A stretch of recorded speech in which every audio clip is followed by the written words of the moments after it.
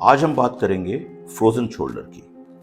Frozen shoulder एक condition है जिसमें लोगों को कंधे में भयानक दर्द होता है।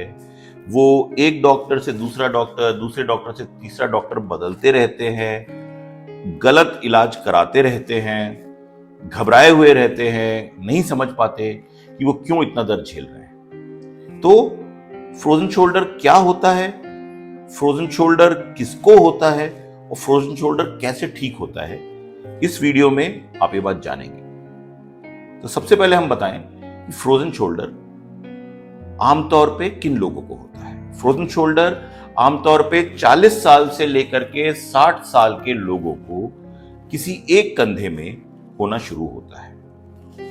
शुरू शुरू में आदमी को समझ नहीं आता कि एकदम से दर्द, ये बिना किसी कारण शुरू होता है। अधिकतर लोग को किसी को शायद कोई छोटी चोट लगी होती है, लेकिन अधिकतर लोग को बिना कारण एक दिन कंधे में हल्का हल्का दर्द होना शुरू होता है। ये दर्द रात को सोते हुए होता है, स्पेशली जब आप जिस कंधे में दर्द है उस तरफ करवट लेते हैं तो कंधे में दर्द होता है, आदमी की नींद खुलती है। फिर आदमी धीरे धीरे नोटिस करता है कि दूर रखी हुई चीज, स्पेशली अगर कोई पीछे रखी हुई चीज है, उसको उठाने में उनको दर्द होता है, तकलीफ होती है। अगली चीज धीरे धीरे क्या होता है कि वो हाथ उठना ही बंद हो जाता है। लोग आगे बताते हैं कि मैं इसके ऊपर हाथ उठा ही नहीं पा रहा। तो फ्रोजन शोल्डर 40 से 60 के बीच में शुरू होता है।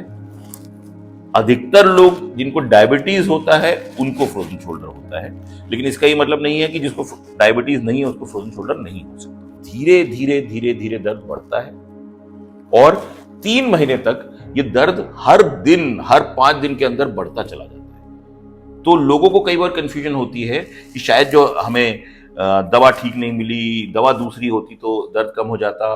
दवाइयां इसमें राहत नहीं दे पाती। फ्रोजन शोल्डर की मैं हमेशा अपने पेशेंट को बताता हूं, फ्रोजन शोल्डर एक बहुत ही अच्छी और बहुत ही बुरी बीमारी है। बुरी बीमारी किस लिए?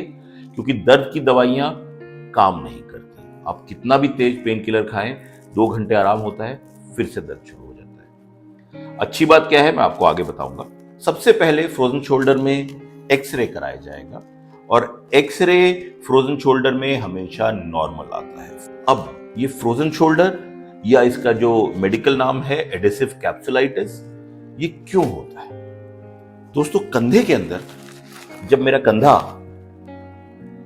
कंधे की बॉल जब कंधे के सॉकेट में चलती है तो उसको अपनी जगह से वो हिल ना जाए, उसको प्रोटेक्ट करने के लिए आगे और पीछे झिल्लियां होती हैं, अंदर लिगामेंट्स होते हैं, अंदर लैब्रम होता है।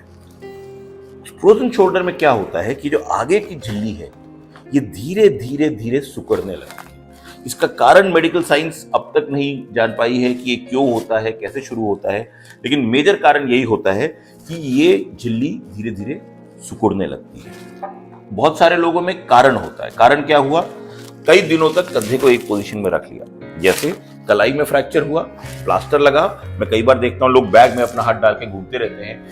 जब ये लंबे समय तक ऐसे रखते हैं तो आगे वाली झिल्ली सिकुड़ के छोटी हो जाती है। ऐसे में फ्रोजन शोल्डर उसी वक्त जब प्लास्टर हटता है तो आदमी रियलाइज करता है कि मेरा हाथ नहीं। लेकिन जो आमतौर पे नॉर्मल फ्रोजन शोल्डर होता है उसमें दर्द धीरे धीरे धीरे बढ़ता है।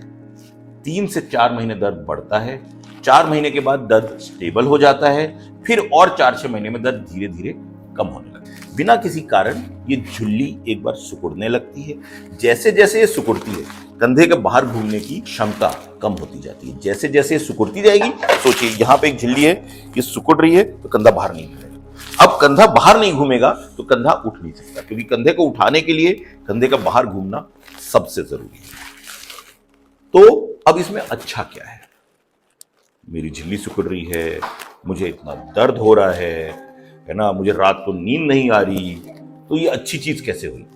अच्छी चीज ऐसे हुई कि ये फ्रोजन शोल्डर समय के साथ अपने आप ठीक हो जाता है। यानी 3 महीने दर्द बढ़ने के बाद, 4 महीने दर्द बढ़ने के बाद, 4 महीने दर्द स्टेबल हो जाता है, फिर दर्द अपने आप धीरे धीरे कम होकर साल भर के अंदर कंधा एकदम ठीक हो जाता है। इसीलिए मैं बोलता हूं कि एक अच्छी तकलीफ है, हो रही है, आप परेशान हो रहे हैं, लेकिन अगर आप थोड़ा सा पेशेंस रखेंगे तो कंधे का दर्द अपने आप केवल एक्सरसाइज फिजियोथेरेपी और कुछ मेडिसिन से ये धीरे धीरे अपने आप ठीक हो जाता है। इसके इलाज में क्या क्या करें, क्या क्या नहीं करें। दोस्तों, हमने देखा है कई बार लोग दर्द से इतने व्याकुल हो जाते हैं, इतने परेशान हो जाते हैं कि वो डॉक्टर से रिक्वेस्ट करते हैं कि कुछ करिए, मैं नहीं झेल पा रहा। कई लोग कंधे में इंजेक्शन लगवा देते हैं कि इंजेक्शन लगाने से दर्द कम हो जाएगा। स्टेरॉइड का इंजेक्शन होता है, वो तरह तरह के इंजेक्शन आए हैं मार्केट में, जैसे पीआरपी इंजेक्शन, कि हम आपको लगा देंगे, उससे आपका दर्द ठीक हो जाएगा। कुछ लोग मैनिपुलेशन अंडर एनेस्थीसिया की सलाह देते हैं। मैनिपुलेशन अंडर एनेस्थीसिया में पेशेंट को बेहोश करते हैं और इस चिपकी हुई झिल्ली को हाथ को जोर से घुमा के खोलते हैं, इस उम्मीद से कि चिपकी हुई झिल्ली खिंच के ढीली हो जाए और हाथ खुल जाए। लेकिन दोस्तों, आज मैं आपको बताना चाहता हूं कि ये सब इलाज, इन सब इलाज से बचे। मैंने जैसे कहा, फ्रोजन शोल्डर एक अच्छी बीमारी है।